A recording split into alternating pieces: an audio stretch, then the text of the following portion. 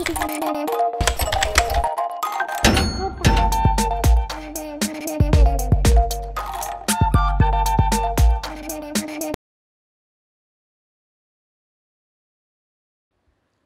Guys, आपका स्वागत है हमारे यूट्यूब चैनल ट्रेड विद बनिया में। पैसा जहां बनिया वहां। आज का हमारा टॉपिक है गो फर्स्ट एयरलाइन की इंसॉल्वेंसी के ऊपर। इस वीडियो में हम जानने वाले हैं full detail of go first airline और इससे कौन कौन से शेयर्स इम्पैक्ट होने वाले हैं, शेयर मार्केट में क्या क्या चीज़ें हो सकती हैं, और एक हिस्ट्री देखेंगे हम गो फर्स्ट एयरलाइन की इन डिटेल। ये वीडियो थोड़ा बड़ा हो सकता है, बट मैं चाहूँगा कि आपको ओवरऑल एक पूरे बड़े वीडियो में आपको जितनी मैक्सिमम इन्फॉर्मेशन दे सकता हूँ उतना देने का ट्राई करूँ। जानते हैं कि रीसेंट अपडेट क्या हुआ इस कंपनी के बारे में। हाल ही में कंपनी ने 3 और 4 मई को डीजीसीए को एक नोटिस दिया, जिसमें कि कंपनी ने ये इन्फॉर्म किया कि इन 2 दिन की जो फ़्लाइट्स हैं वो कैंसिल कर दी हैं। सारे पैसेंजर को इन्फॉर्म कर दिया गया है इसके बारे में। और वही शाम आते आते पता चलता है कि कंपनी ने इंसॉल्वेंसी के लिए फ़ाइल कर दिया है एनसीएलटी के अंदर। एनसीएलटी जो एक कंपनीज एक्ट की बॉडी है, वहीं से ही ये सारे इंसॉल्वेंसी के प्रोसीजर किए जाते हैं। अब जानते हैं हमारी कंपनी के बारे में। गो फर्स्ट का पहले नाम गो एयर था। ये बेसिकली एक अल्ट्रा लो कॉस्ट कैरियर है जिसमें कि आप अफोर्डेबल रेंज में एयर ट्रैवल कर सकते हो। ये कंपनी 4 नवंबर 2005 को स्टार्ट हुई, जिसमें एयरबस की फ्लीट के थ्रू A320 एयरक्राफ्ट से काम स्टार्ट हुआ। मार्च 2020 आते आते कंपनी ने डेली 330 फ्लाइट करना स्टार्ट किया, जिसमें कि 36 डेस्टिनेशंस इन्वॉल्व थी, including 27 domestic and 9 international. Go first airlines के अंदर लगभग 5000 एम्प्लॉयज़ काम करते हैं। अब जानते हैं बैंकरप्सी के बारे में। अगर हम एयरलाइन इंडस्ट्री को ऑब्जर्व करें इंडिया की, तो अभी तक टोटल 3 कंपनीज डिफ़ॉल्ट कर चुकी हैं। पहला Kingfisher airline on 2011, second jet Airways on 2019 और अब गो फर्स्ट एयरलाइंस कर रही है 2023 में। जानते हैं इसके पीछे के रीजंस क्या हैं। पहला फाइनेंशियल क्रंच है, ये तो हो गई, तभी तो कंपनी इंसॉल्वेंसी के लिए फाइल करेगी, अदरवाइज क्यों ही करेगी। अगर फाइनेंशियली कंपनी अच्छा परफॉर्म कर रही होती तो वो इंसॉल्वेंसी की तरफ जाएगी क्यों। सेकेंड मेजर रीज़न जो कंपनी ने रिपोर्ट किया है वो इंजन के इश्यूज़ हैं। प्रैट एंड विटनी से जो इंजन्स आने वाले थे, जो कॉन्ट्रैक्ट साइन किया गया था PW1000G इंजन्स का, जो कि A320 नियोज फ्लीट में लगते हैं, इसमें क्या हुआ, काफ़ी सारे सप्लाई चेन इश्यूज़ हुए, जिसके थ्रू काफ़ी सारे जो प्लेन्स थे उनको ग्राउंड करना पड़ा। मतलब वो ऑपरेशन ही नहीं कर पा रहे थे। तो 50% प्लेन ग्राउंडेड थे, जिस चक्कर में कंपनी अपनी एफिशिएंसी से काम ही नहीं कर पा रही थी। काफ़ी सारे आर्टिकल्स से पता चला है कि कंपनीज ने सैलरीज में भी डिफ़ॉल्ट करना स्टार्ट कर दिया था नवंबर 2021 से। साथ ही साथ कंपनी 2019 के पहले तक प्रॉफिटेबल थी, उसके बाद से प्रॉफिटेबल स्टेज भी कंपनी ने लूज कर दी। साथ ही साथ कंपनी ने OTP परफॉर्मेंस दिया है 49% का। OTP means on time performance आया है 49% का, जो कि काफ़ी ख़राब है।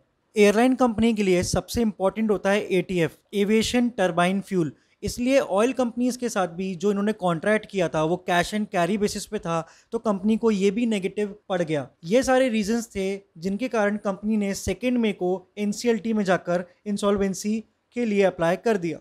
अब जानते हैं कि इस ग्रुप को ओन कौन करता है। बेसिकली इस कंपनी को वाडिया ग्रुप ओन करता है। वाडिया ग्रुप की कई सारी कंपनीज हैं, कुछ लिस्टेड हैं, कुछ अनलिस्टेड हैं। अनलिस्टेड कंपनीज हमारे किसी काम की नहीं है, हमें शेयर मार्केट से रिलेटेड इन्फॉर्मेशन चाहिए, इसलिए हम यहाँ पे लिस्टेड कंपनीज पे फोकस करेंगे। जानते हैं कि ये 4 कंपनीज कौन है। पहली है ब्रिटानिया, सेकंड है बॉम्बे डाइंग, थर्ड है BBTC बॉम्बे बर्मा, और चौथी है नेशनल पैरोक्साइड। अब जानते हैं कंपनी की कुछ हिस्ट्री के बारे में, क्या क्या इवेंट्स यहाँ पे इंपॉर्टेंट हो चुके हैं। शॉर्ट में मैं इनको हाईलाइट करता हूँ। 2009 में ब्रिटिश एयरवे ने यहाँ पे ट्राई किया था कुछ स्टेक बाय करने के लिए। सिमिलरली नवंबर 2009 में पॉसिबिलिटी थी कि स्पाइस जेट का भी मर्जर हो सकता है गो एयर के साथ। वही 2012 आते आते ये कंपनी 5th लार्जेस्ट एयरलाइन बन गई, क्योंकि किंगफिशर एयरलाइन अब यहाँ पे ऑपरेशनल नहीं था। 2016 में कंपनी को अपना 20th एयरक्राफ्ट मिला, जिससे कि वो इंटरनेशनल फ़्लाइट्स का ऑपरेशन स्टार्ट कर पाया।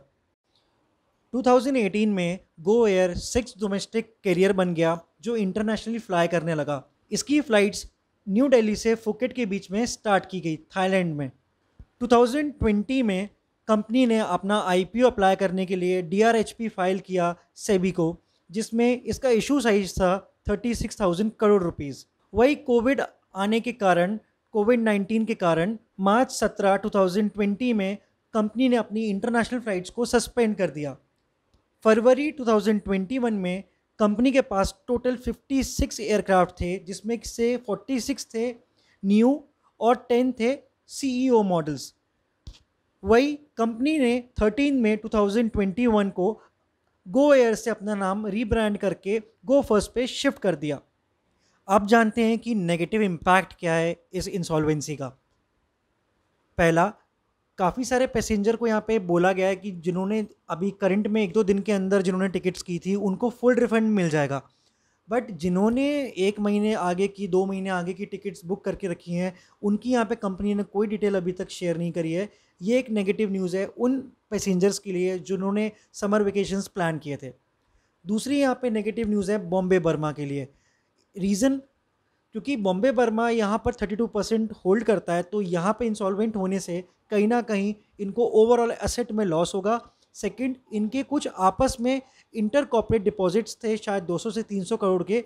ये एक पुराना फिगर है, अब नया फिगर क्या है, हो सकता है ये प्लस हो सकता है माइनस हो, बट पुराना फिगर जो मुझे इंटरनेट के थ्रू मिला वो मैंने यहाँ पे कोट करके आपको एक्सप्लेन करने की कोशिश की है। आप जानते हैं कि इंटर कॉर्पोरेट डिपॉजिट्स क्या होते हैं। बेसिकली एक कंपनी दूसरी कंपनी से कुछ भी उधार ले सकती है या एक्स्ट्रा पैसे दे सकती है। तो बेसिकली एक कंपनी यहाँ पे लेंडर हो जाती है, दूसरी कंपनी यहाँ पे डिपॉजिटर हो जाती है। अब जानते हैं कि थर्ड नेगेटिव इम्पैक्ट क्या है। बेसिकली जिन बैंक्स ने इनको लोन दे रखा है इस कंपनी को, उनके लिए डिफ़ॉल्ट हो जाएगा। अगर आप पैसा ही पे नहीं करोगे तो कहीं ना कहीं बैंक के लिए एनपीए हो जाएगा, नॉन परफॉर्मिंग एसेट। तो बैंक्स को यहाँ पे दिक्कत होगी कि हमारा पैसा रिकवर कैसा होगा। तो जानते हैं किन बैंक्स का क्या क्या एक्सपोजर है। सेंट्रल बैंक का 1500 करोड़ के आसपास है, सेम बैंक ऑफ बड़ौदा का, आईडीबीआई बैंक का 59 करोड़ का है और एक्सिस बैंक का 30 करोड़ के आसपास ये फिगर निकल कर आ रहा है। ये जो लोन है ये सिक्योर्ड और अनसिक्योर्ड का टोटल है। वैसे तो मेरे ख्याल से ये काफ़ी कम एक्सपोजर है कंपेयर टू ओवरऑल बैंक ने जितना लोन दिया होगा, बट कहीं ना कहीं बैंक को इतना लॉस तो बियर करना ही पड़ेगा। अब जानते हैं कि यहाँ पे फेवरेबल सिनेरियोज किसके लिए। सबसे पहला फेवरेबल सिनेरियोज हमारे और आपके लिए ही है, क्योंकि हम जैसे एक स्मॉल रिटेलर यहीं पे ट्रैप होते हैं। जैसा कि आपने पेटीएम के आईपीओ में देखा, एलआईसी के आईपीओ में देखा, कहाँ वो स्टॉक ओपन हुए थे और आज वो 50% डिस्काउंट में तक ट्रेड कर रहे हैं। वैसे ही इसका आईपीओ आने वाला था 36,000 करोड़ रुपीज़ का। अगर आज ये आईपीओ आ चुका होता और अब ये न्यूज़ हमको मिल रही होती तो कहीं ना कहीं ये लॉस हमें और आपको ही बियर करना पड़ता। तो ये फेवरेबल न्यूज़ है हमारे लिए फर्स्ट। सेकंड, ये इंडिगो शेयर के लिए काफ़ी एक बड़ी न्यूज़ है, क्योंकि यहाँ पर जो भी एक पैसेंजर बेस है, जैसे कि यहाँ पे 30,000 पैसेंजर बेस था गो फर्स्ट का, जो डेली ट्रैवल करता था गो फर्स्ट से, वो कहीं ना कहीं इंडिगो और स्पाइस जेट इन्जॉय करने वाले हैं। पर मेजरली यहाँ इंडिगो ज़्यादा एक फेवरेबल अपॉर्चुनिटी की तरह निकल कर आएगा।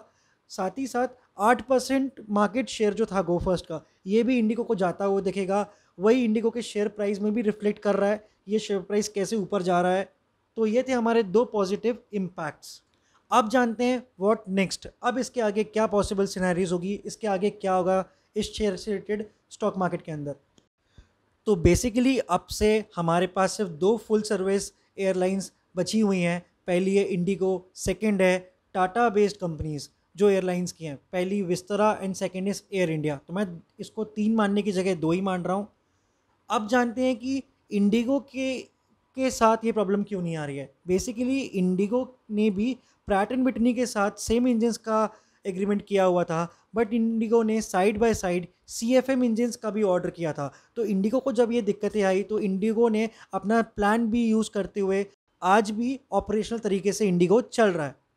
अब बात करते हैं कि अगर ये फाइल करा है कंपनी ने NCLT के थ्रू, तो बेसिकली NCLT यहाँ पर अपॉइंट करने वाली है इंसॉल्वेंसी रेजोल्यूशन प्रोफेशनल को, जो कि यहाँ डिसाइड करेगा कि कंपनी की वैल्यू क्या है, असेट क्या है, लाइबिलिटी क्या है, लेंडर कौन है, डिपॉजिट्स कितने बचे हैं, कैसे कंपनी अपने आप को रिवाइव कर सकती है, कैसे लोन्स पे ऑफ हो सकते हैं। तो बेसिकली ये जो IRP पर्सन है ये इन चीज़ का सॉल्यूशन निकालेगा और NCLT को देगा। NCLT के अप्रूवल के बाद इसका प्रोसीजर स्टार्ट होके फिर आगे देखा जाएगा कि कंपनी में क्या कैसे क्या मॉडिफिकेशंस करके कंपनी को रिवाइव करना है, या किस किस को कितना कितना पैसा एट द एंड मिलने वाला है, किन किन लेंडर्स को।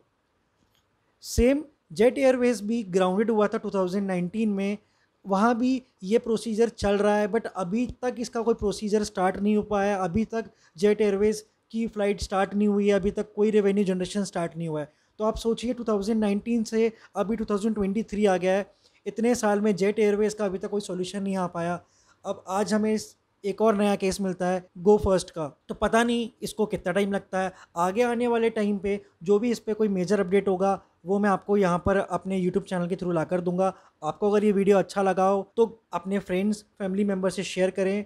साथ ही साथ अपनी वॉच लिस्ट में ये 4 शेयर्स जो वाडिया ग्रुप के थे इनको ऐड ज़रूर करके रखिए, प्लस इंडिगो का शेयर भी वॉच लिस्ट में ऐड करके रखिए। शायद आपको एक अच्छा मोमेंट कैप्चर करने को यहाँ पर मिल सकता है।